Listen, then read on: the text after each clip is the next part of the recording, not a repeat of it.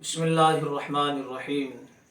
محترم سامعین کرام، شب برات قریب ہے اور جیسے جیسے یہ رات قریب ہوتی ہے لوگوں کے ذہنوں کے اندر یہ بات گردش کرتی ہے کہ شب برات کو ہم سب مل کر قبرستان کی طرف جائیں گے۔ کیا سب مل کر ایک ساتھ قبرستان جانا ضروری ہے؟ کہ اللہ کے رسول صلی اللہ علیہ وسلم نے تمام صحابہ کو جمع کر کے قبرستان کی طرف روانہ ہوئے ہیں۔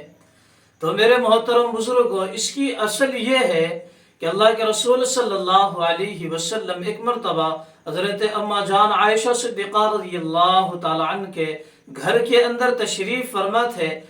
حضرت عائشہ رضی اللہ تعالی عنہ نے رات میں دیکھا کہ اللہ کے رسول اپنے بستر پر نہیں ہے، تو پیچھے پیچھے اللہ کے رسول صلی اللہ علیہ وسلم کے چل دی اور یہ دیکھا کہ اللہ کے رسول صلی اللہ علیہ وسلم جنت البقیع کے اندر ہے۔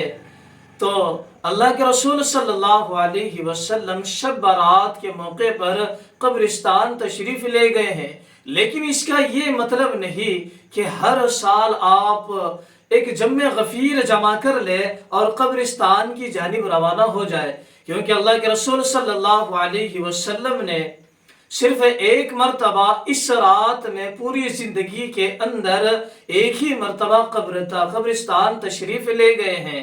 اللہ کے رسول صلی اللہ علیہ وسلم کی زندگی کے اندر شب برات کئی مرتبہ آئی ہوگی، لیکن صرف شب برات کے موقع پر صرف ایک مرتبہ اللہ کے رسول صلی اللہ علیہ وسلم تشریف لے گئے ہیں۔